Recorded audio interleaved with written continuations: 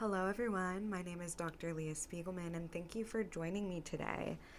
Today, our meditation exercise is going to be a little different. It's going to involve some visualization. So, if you're not the best at visualizing, just try your best. You can just use your senses. As a way to help you really feel like you're there, other than just relying on your ability to visualize.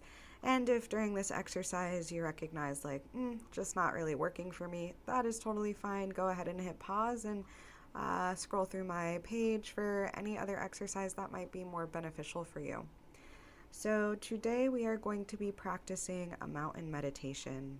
This one is going to be a little bit longer, so if you're looking for a longer meditation, this is one for you.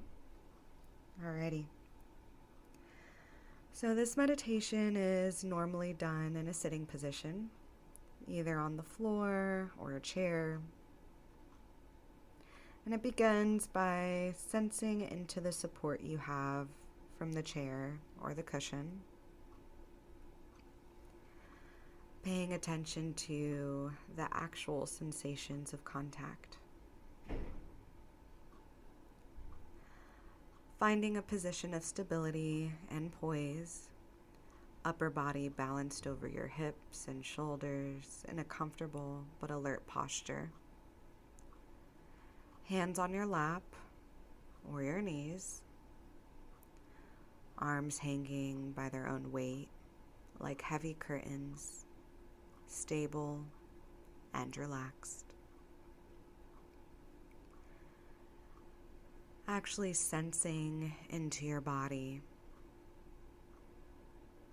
feeling your feet, your legs, hips, your lower and upper body, shoulders and arms, your neck, and finally your head. And when you are ready, allowing your eyes to close, bringing awareness to the breath, the actual physical sensations. Feeling each breath as it comes in and goes out.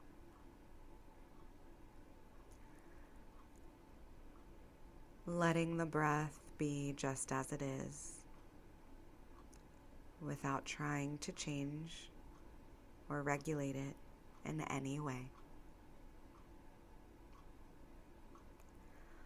Allowing it to flow easily and naturally with its own rhythm and pace. Knowing you are breathing perfectly right now. Nothing for you to do.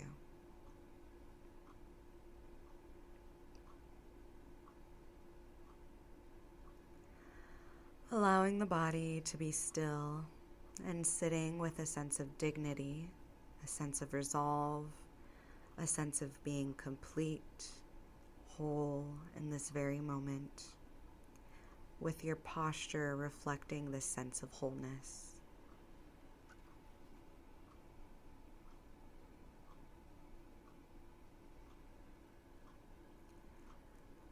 As you sit here, letting an image form in your mind's eye of the most magnificent or beautiful mountain you know or have seen or can imagine.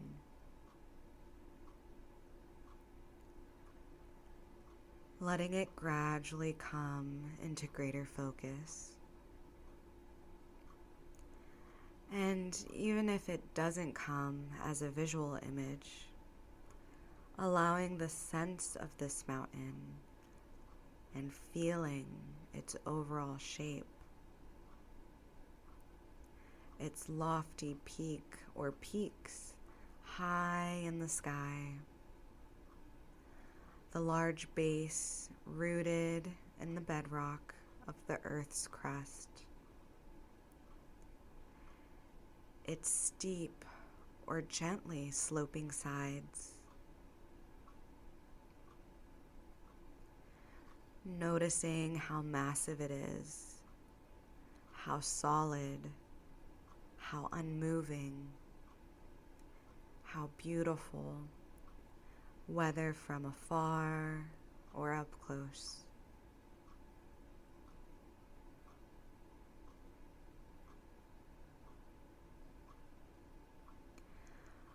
Perhaps your mountain has snow blanketing its top and trees reaching down to the base, or rugged granite slides. There may be streams and waterfalls cascading down its slopes. There may be one peak or a series of peaks, or with meadows and high lakes.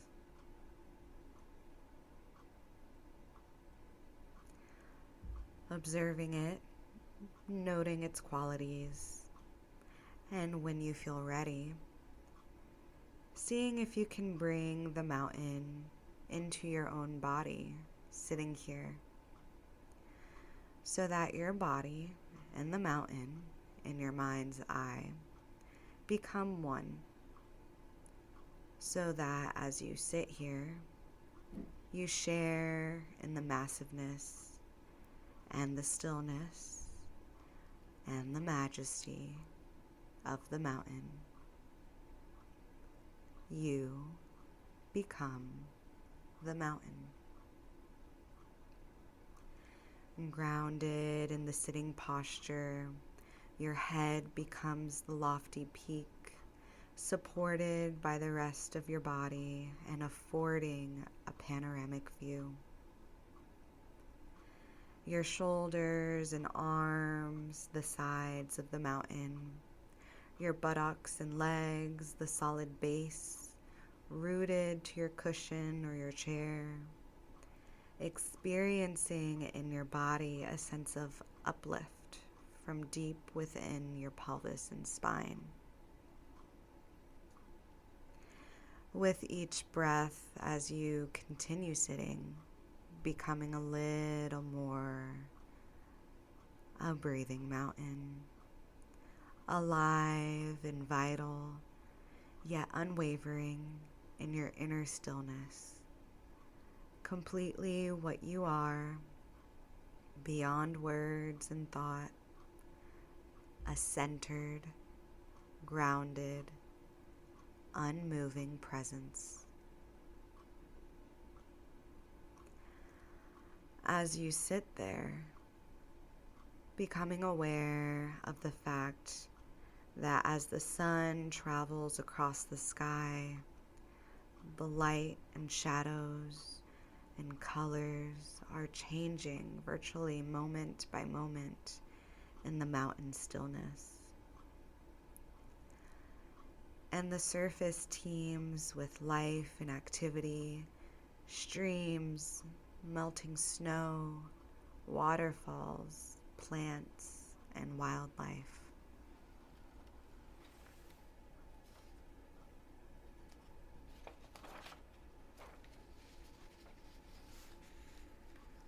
As the mountain sits, seeing and feeling how night follows day and day follows night, the bright warming sun followed by the cool night sky studded with stars, and the gradual dawning of a new day.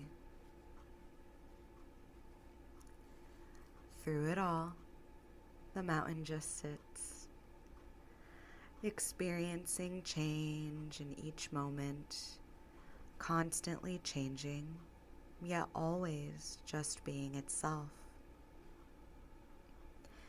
It remains still as the seasons flow into one another, and as the weather changes moment by moment, and day by day, calmness abiding all change.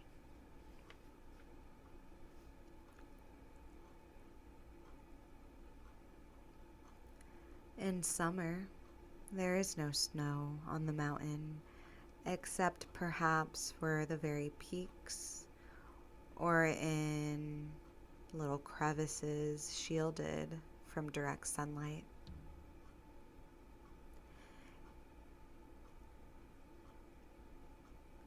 And in fall, the mountain may wear a coat of brilliant fire colors.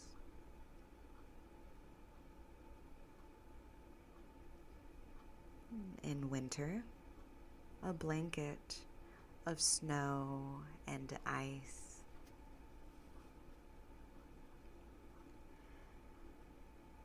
In any season, it might find itself at times covered in clouds or fog, or pelted by freezing rain.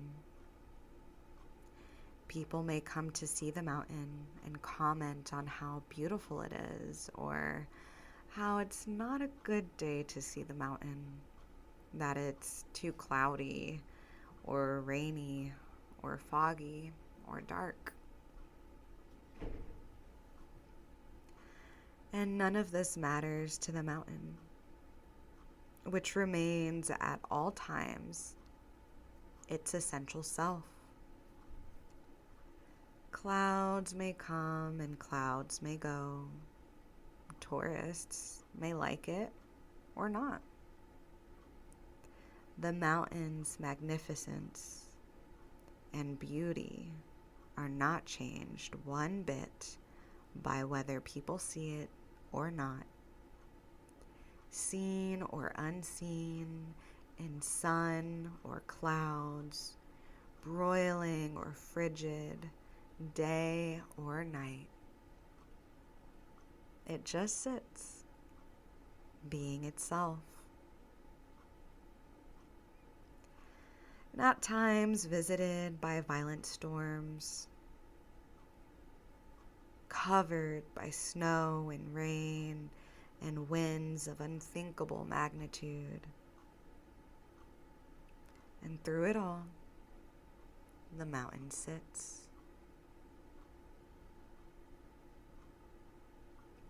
Spring comes, tree leaf out, flowers bloom in the high meadows and slopes. Birds sing in the trees once again. Streams overflow with the waters of melting snow. Through it all, the mountain continues to sit, unmoved by the weather, by what happens on its surface, by the world of appearances, remaining its essential self through the seasons, the changing weather, the activity ebbing and flowing on its surface.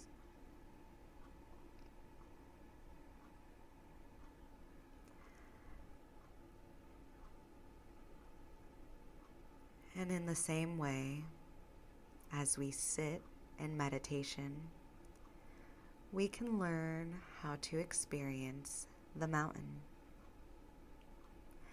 We can embody the same central, unwavering stillness and groundedness in the face of everything that changes in our own lives, over seconds, over hours, over years. In our lives and in our meditation practice, we experience constantly the changing nature of mind and body and of the outer world.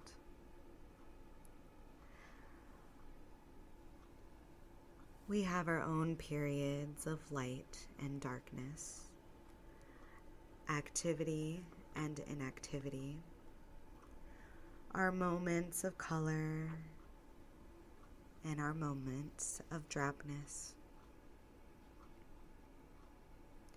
It's true that we experience storms of varying intensity and violence in the outer world and in our own minds and bodies, buffeted by high winds and cold and rain. And we endure periods of darkness and pain,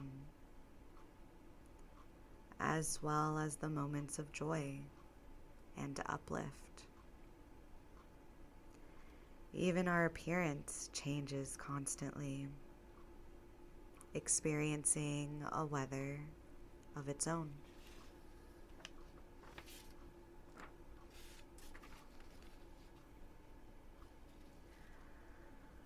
By becoming the mountain in our meditation practice, we can link up with its strength and stability and adopt them for our own.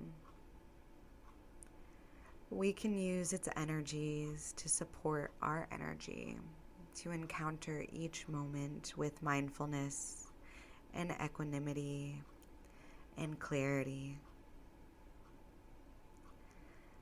It may help us to see that our thoughts and feelings, our preoccupations, our emotional storms and cries, and the crises, even the things that happen to us, are very much like the weather on the mountain. We tend to take it all personally, but its strongest characteristic is impersonal. The weather of our own lives is not be ignored and denied. It is to be encountered, honored, felt, known for what it is, and held in awareness. And in holding it in this way, we come to know a deeper silence and stillness and wisdom. Mountains have this to teach us, and much more, if we can let it in.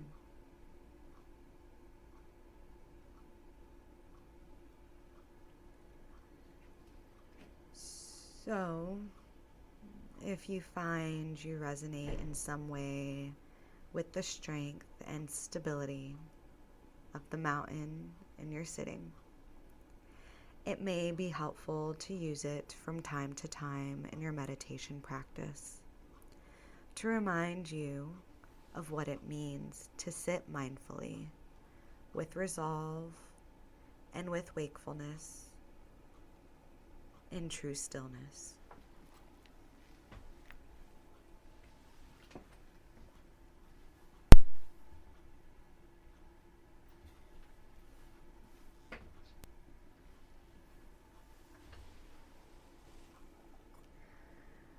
So in the time that remains, continuing to sustain the mountain meditation on your own, in silence, moment by moment, until you hear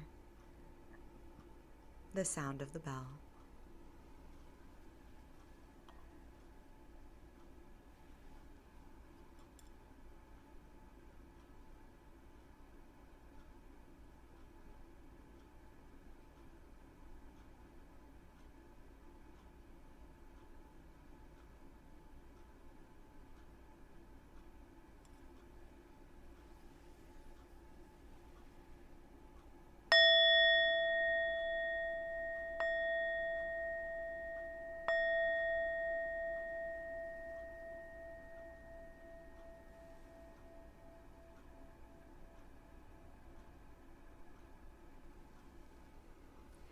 Thank you everyone for joining me today. Again, this is Dr. Leah Spiegelman, and I hope you have a wonderful day. Bye.